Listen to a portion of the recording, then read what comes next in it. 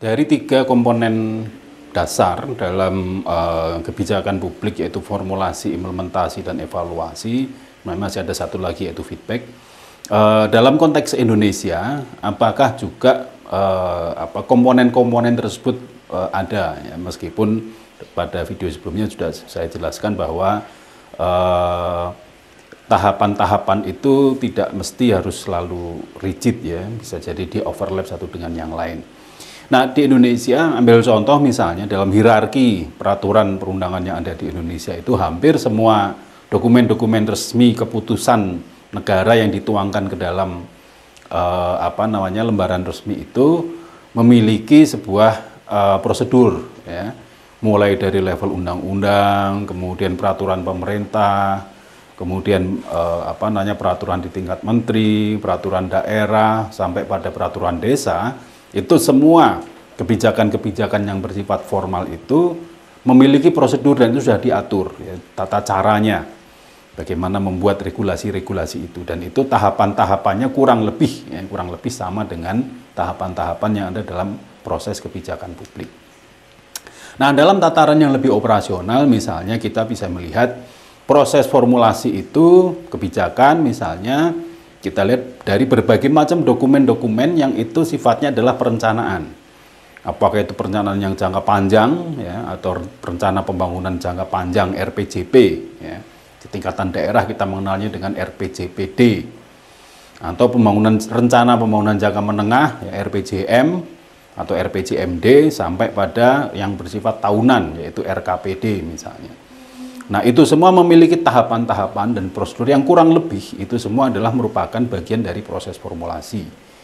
Nah, termasuk juga RAPBD, mohon maaf saya tadi lupa. Nah, ketika keputusan itu sudah ditetapkan, ambil contoh tadi APBD, ya, yang terakhir tadi, maka pada bulan Desember proses formulasi itu sudah diselesaikan, maka mulai bulan Januari maka berbagai macam rencana yang sudah dituangkan dalam APBD itu diimplementasikan. Nah, pada saat inilah kemudian berbagai macam teori yang ada implementasi kebijakan publik itu bisa kita lihat, ya, di tahun-tahun berjalan, ya, mulai bulan Februari mungkin, karena Januari mungkin masih persiapan, ya, antara Februari sampai Maret, sampai pada bulan November itu adalah proses di mana 90% dari kebijakan-kebijakan yang ada di daerah itu diimplementasikan. Nah, lalu apa yang pada tahap yang ketiga, yaitu adalah evaluasi. Nah, biasanya ini nanti ada sebuah laporan-laporan, ya, misalnya di tingkatan daerah itu kita bisa melihat namanya LAKIP, ya, atau laporan akuntabilitas instansi pemerintah. Atau misalkan seorang kepala daerah melaporkan pada DPRD, ya, pada masyarakat, ya, melalui LPPD atau kepada pemerintah pusat, itu adalah tahap evaluasi, ya, melakukan self-assessment. Apakah kemudian proses-proses pembangunan yang sudah dilakukan itu sesuai dengan target atau tidak, atau bahkan mungkin melewati target yang sudah ditetapkan. Jadi semua yang dokumen yang depannya huruf R, ya, RPJMD, RKPD, RAPBD, dan sebagainya itu adalah logika yang dipakai merupakan logika formulasi kebijakan publik. Sementara dokumen-dokumen yang depannya L, laporan pembangunan, laporan akuntabilitas, dan sebagainya yang depan hurufnya itu adalah L, maka dia adalah masuk dalam komponen evaluasi. Ya, meskipun evaluasi juga ada monitoring, ya, ongoing, yang itu dilakukan dari waktu ke waktu. Nah, apa dokumen yang di luar R dan L tadi, ya, proses di lapangan terjadi pembangunan jalan, di lapangan terjadi bantuan pupuk, kemudian terjadi penyaluran subsidi dan sebagainya, itu adalah proses implementasinya. Yang mana, sebagaimana sudah saya jelaskan sebelumnya, bahwa yang implementasi itu adalah mayoritas dari proses kebijakan publik yang ada di berbagai macam tempat. Nah, untuk kasus Indonesia, ini sudah ada sebuah kajian, ya, yang dilakukan oleh teman-teman di Knowledge Sector Initiative atau KSI. Nah, di situ sudah dianalisis bagaimana tipologi dari Indonesia. Nah, tipologi yang ada di Indonesia ini sama dengan tipologi yang ada di berbagai negara yang lain yang pada video sebelumnya juga sudah saya jelaskan, bahwa tidak ada kekakuan, ya, tidak ada tahapan-tahapan yang begitu rigid, ya, karena masing-masing tahapan itu ternyata adalah overlap. Dan masing-masing kebijakan ternyata tidak sama polanya. Nanti akan kita lihat di dalam slide pada sesi kita saat ini. Yang pertama, apa karakter dari kebijakan publik di Indonesia? Karakter kebijakan publik di Indonesia itu adalah strong executive power. Ya, dan ini sudah diidentifikasi sejak lama. Bahkan sebelum reformasi kita very strongly executive power. Pasca reformasi ini masih strong executive power, dan sampai sekarang itu kalau kita kembali pada analisis historical institutionalism, ini nampaknya sebuah institusi yang cukup kokoh di Indonesia, di mana kekuatan eksekutif itu masih sangat dominan. Ya, meskipun DPRD atau DPR RI kadang-kadang begitu kritis terhadap berbagai macam keputusan-keputusan yang dilakukan oleh eksekutif, tetapi sebenarnya secara substantif eksekutif ini masih memiliki kendali yang sangat kuat. Ya, dengan berbagai macam skill teknis yang dimiliki, mulai dari tahap formulasi, implementasi sampai dengan evaluasi. Itu hal yang pertama. Nah, hal yang kedua adalah bahwa kekuatan dari birokrasi itu atau kekuatan dari executive power tadi itu pada dasarnya berbasis kepada apa yang disebut dengan administrative and compliance procedures. Ya. Jadi biasanya ya, kekuatan-kekuatan di luar birokrasi itu kalau sudah dikatakan, oh maaf Pak, itu tidak bisa dilakukan karena ada peraturan nomor sekian. Oh maaf Pak, aspirasi ini nggak bisa ditampung karena ada nomenklatur seperti ini. Jadi itu adalah bahasa-bahasa yang sering digunakan oleh birokrasi atau eksekutif dalam rangka untuk mempertahankan institusi yang ada di dalamnya. Sehingga berpijak kepada berbagai regulasi, berpijak kepada berbagai nomenklatur, berpijak kepada berbagai hambatan-hambatan formal yang ada, maka itu menjadi barrier ya, menjadi penghalang bagi adanya kepentingan-kepentingan lain yang berusaha untuk mempengaruhi birokrasi. Nah, sehingga birokrasi menjadi terkesan sangat formal. Dan formalisme inilah yang menjadi karakter di Indonesia. Kebijakan publik di Indonesia ini masih didominasi oleh hal-hal yang bersifat formalistik. Dan sehingga kelenturan ya, dan keleluasaan untuk melakukan berbagai macam perubahan-perubahan itu tidak terlalu mudah. Itu karakter yang sudah diidentifikasi terhadap kebijakan publik yang ada di Indonesia oleh teman-teman di KSI. Nah, yang ketiga adalah tentang, ini juga pernah ditulis oleh Pak Budiono di tahun 2013 ya, tentang model dari kebijakan di Indonesia. Pak Budiono mengatakan meskipun sebenarnya strong executive power dan bersifat sangat formalistik, ternyata kebijakan publik di Indonesia itu juga diidentifikasi agak noisy ya. Nah, ini kita bisa melihat misalnya berbagai macam kebijakan baru yang ingin dibuat, berbagai macam program baru yang dibuat itu selalu menimbulkan kegaduhan-kegaduhan di media. Ya, di media cetak, media elektronik, media sosial dan sebagainya, itu memunculkan kegaduhan, kontroversi, pro dan kontra dan sebagainya, yang dikatakan oleh Pak Budiono adalah noisy. Nah, kadang-kadang kebisingan itu bisa berdampak positif, bisa berdampak negatif. Tidak selalu kebisingan itu berdampak negatif, dia juga bisa berdampak positif ketika hal-hal yang dibicarakan dan diperdebatkan itu bersifat konstruktif untuk memperbaiki dari kebijakan publik yang ada. Nah, apa karakteristik yang berikutnya dari kebijakan publik di Indonesia? Sebenarnya ada upaya ya yang sudah dilakukan oleh negara ini untuk membuat agar kualitas dari kebijakan itu menjadi baik melalui sebuah persyaratan yang disebut dengan naskah akademik ya, atau policy paper ya, atau policy brief atau apapun yang bisa kita sebut. Nah, itu menjadi permintaan ya, dari undang-undang tentang pembentukan peraturan perundangan. Itu dikatakan bahwa setiap peraturan itu diharapkan memiliki naskah akademik sehingga ada basis konseptual yang kuat dari berbagai macam keputusan yang ada.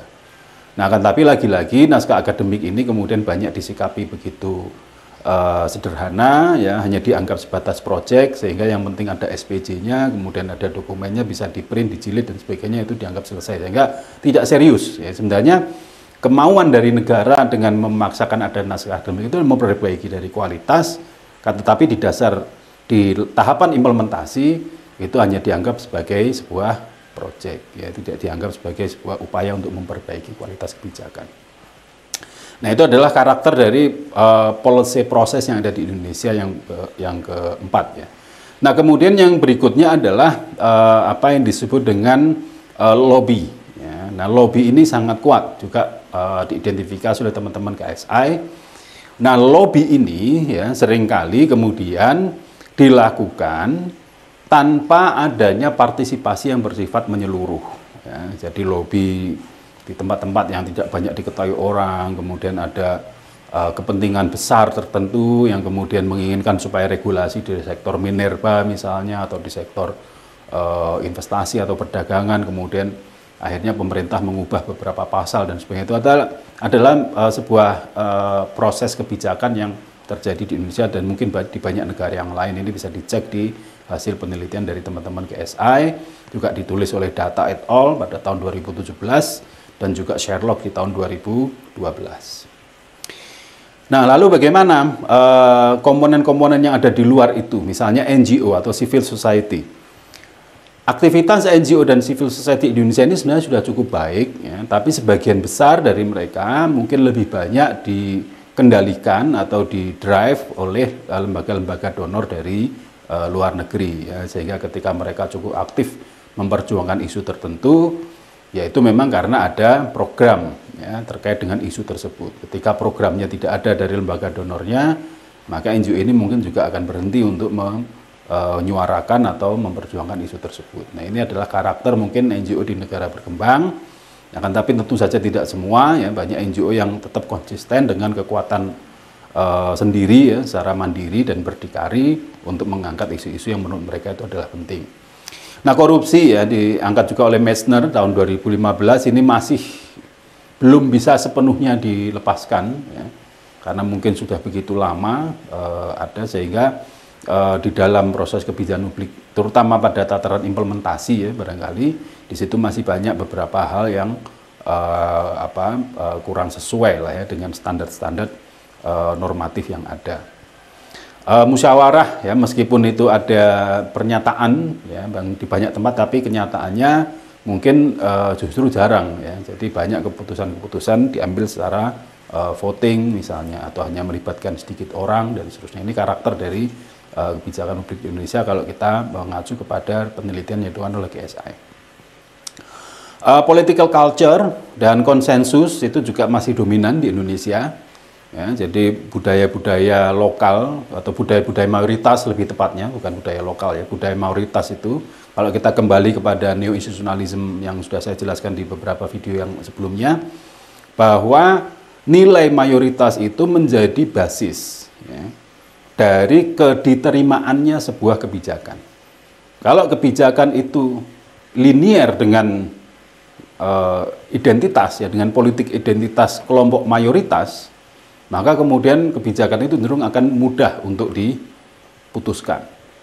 Tapi apabila kebijakan itu tidak linier, ya, bahkan mungkin berseberangan dengan politik identitas dari kelompok mayoritas, maka dia akan sulit untuk bisa landing. Ini adalah juga karakter yang bisa diidentifikasi di Indonesia. Sehingga kalau kita kembali ya, berbicara tentang teori demokrasi, itu adalah mungkin bisa dikategorikan sebagai majoritarian authoritarianism ya, atau kekuatan otoriter kelompok mayoritas misalnya, dan itu juga sebenarnya problem ya yang harus kita selesaikan karena kelompok minoritas mungkin ya merasa diperlakukan dengan tidak adil misalnya. Nah, apalagi kemudian yang menjadi karakter dari kebijakan publik di Indonesia adalah kontestasi politik. Kontestasi politik pasca reformasi itu menjadi sangat kuat ya, terutama yang berbasis kepada hal-hal yang sifatnya ya mungkin pribadi ya, katakanlah itu individu atau sebuah kekuatan bisnis tertentu atau ras tertentu atau kelompok agama tertentu. Jadi kontestasi politik masih belum banyak ya berbasis kepada gagasan. Nah, ini juga diidentifikasi sehingga membuat karakter kebijakan di Indonesia itu sebenarnya kebijakannya itu sama saja, cuman orangnya yang berbeda. Nah, ini misalnya bisa dulu ya pada zaman awal-awal reformasi, waktu itu kontestasi pilpres begitu tinggi, ada salah satu tokoh mengatakan bahwa saya ketemu dengan semua calon presiden itu dan ketika saya ketemu mereka, saya tanyakan ternyata cita-citanya semuanya sama. Tidak ada yang membedakan antara satu capres dengan capres yang lain. Sehingga akhirnya yang dipilih itu sebenarnya bukan gagasan, yang dipilih itu adalah kepribadiannya atau personalitinya. Nah, ini yang menjadi persoalan. Nah, di Indonesia juga ada satu karakter yang bersifat formal, yaitu adanya time lag, ya, diidentifikasi oleh teman-teman di KSI. Jadi keputusan yang dibuat tahun ini itu nanti mungkin baru berlaku di tahun berikutnya karena ada berbagai macam prosedur. Misalkan undang-undang disahkan tahun 2020, nah dia mungkin baru bisa berlaku di tahun 2021 bahkan mungkin tahun 2022. Kenapa? Karena undang-undang ditetapkan membutuhkan peraturan pemerintah. Kalau belum ada PP-nya nggak bisa dijalankan. Proses penyusunan PP bisa jadi kemudian 1 tahun. Nah, PP tidak bisa dilaksanakan karena belum ada peraturan teknisnya. Nah, peraturan teknis bikinnya itu 1 tahun lagi, sehingga undang-undang di tahun 2020 mungkin baru bisa diterapkan di tahun 2022. Itu yang dinamakan dengan time lag, dan itu merupakan karakter dari kebijakan Indonesia. Nah, kemudian evaluasi, ya ini diidentifikasi juga oleh Zhang di tahun 2015 bahwa evaluasi kebijakan publik di Indonesia ini belum cukup kuat. Ya, karena itu tadi sangat bersandar kepada dokumen-dokumen yang tadi saya sebut huruf depannya itu adalah L tadi, dan itu bersifat sangat formal dan legal, ya. Jadi tidak merupakan satu penilaian yang benar-benar komprehensif, yang dengan tujuan untuk memperbaiki pelaksanaan kebijakan di periode berikutnya, tapi bersifat sangat formalistik. Nah, bagaimana dengan analis kebijakan publik? Otomatis analis kebijakan publik ini juga tidak terlalu banyak ruang, ya, untuk menerapkan berbagai macam metode, berbagai macam tools, ya, karena itu tadi, karena penggunaan evaluasi kebijakan sebagai dasar untuk memperbaiki kebijakan publik ke depan ini juga tidak terlalu terbiasa, ya, di Indonesia, sehingga mungkin yang berlaku di Indonesia itu lebih pada historical institutionalism. Jadi apa yang dulu sudah dilakukan lagi, dianggarkan lagi, mungkin dengan besaran anggaran yang kurang lebih sama, tanpa melakukan evaluasi apakah itu berhasil atau tidak. Nah, kemudian international donors tadi sudah saya sebutkan sangat kuat, ya, pengaruhnya baik tidak hanya di NGO, juga di pemerintah, ya, karena diidentifikasi oleh KSI juga bahwa ternyata pemerintah juga menerima banyak bantuan-bantuan baik berupa grant maupun loan, nah, jumlahnya sangat besar, dan itu membuat pemerintah akhirnya harus melakukan program-program yang sangat besar, dan mungkin sampai juga harus merubah beberapa regulasi supaya loan itu bisa masuk. Yang terakhir adalah policy networks. Nah, policy networks ini akan menjadi fokus kita untuk kita gunakan sebagai punchline, ya, di dalam video kali ini. Nah, ini bisa kita lihat di slide ini.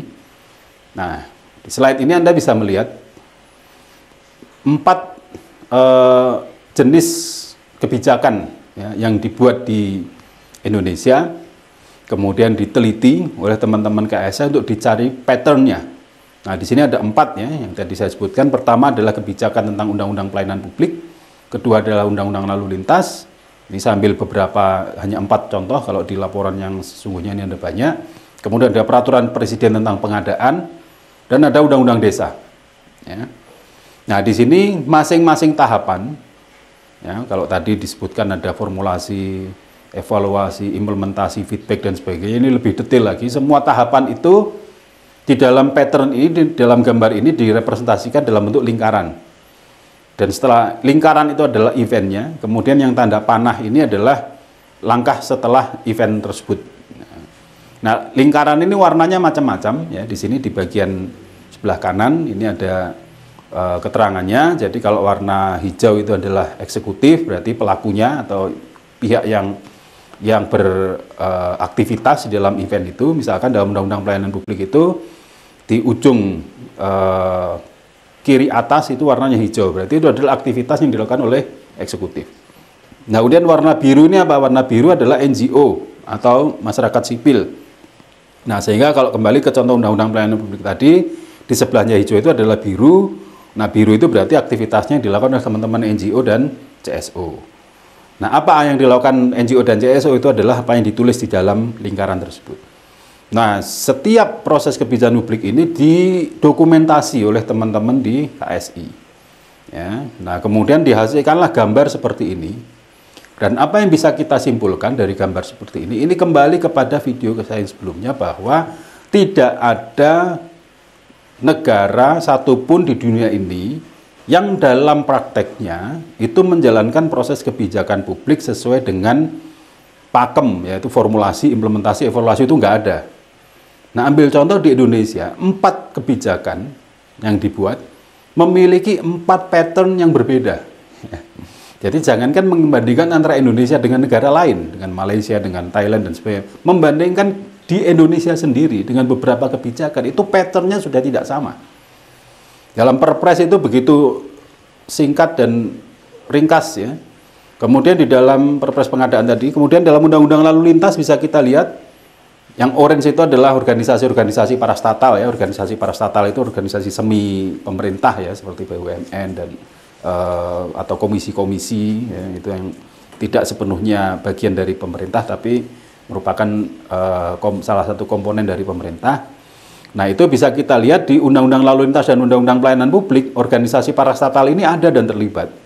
Ya, komisi, TNI, Polri itu adalah yang dimaksud dengan parastatal. Sementara di dalam Perpres pengadaan dan Undang-Undang Desa yang berwarna orange ini sama sekali nggak ada. Nah, ini menarik. Atau misalkan yang ungu itu apa? Yang ungu itu adalah legislatif. Ya. Nah, legislatif bisa kita lihat di Undang-Undang Pelayanan Publik ternyata juga tidak terlalu dominan. Ya. Sementara di Undang-Undang Lalu Lintas, mohon maaf, judisiari ini adalah Mahkamah Agung ya. Nah, Mahkamah Agung di berbagai macam contoh yang lain itu tidak muncul sama sekali. Tetapi di Undang-Undang Lalu Lintas muncul dengan cukup dominan. Nah, ini contoh adalah pattern yang berbeda dari karakter kebijakan publik yang ada di Indonesia. Nah, sehingga menarik ya kalau kita mau melakukan analisis yang sama di tingkatan daerah misalnya, membuat cara analisis seperti ini dalam melihat kebijakan publik ini juga akan kita melihat pattern-pattern yang berbeda. Dan ini bermanfaat bagi kita untuk bisa mengidentifikasi sebenarnya apakah ada pola pada kebijakan-kebijakan tertentu atau masing-masing kebijakan selalu memunculkan pattern yang berbeda. Nah, ini juga bisa kita gunakan sebagai salah satu tools, ya, sebagai salah satu alat atau instrumen dalam melakukan analisis kebijakan publik.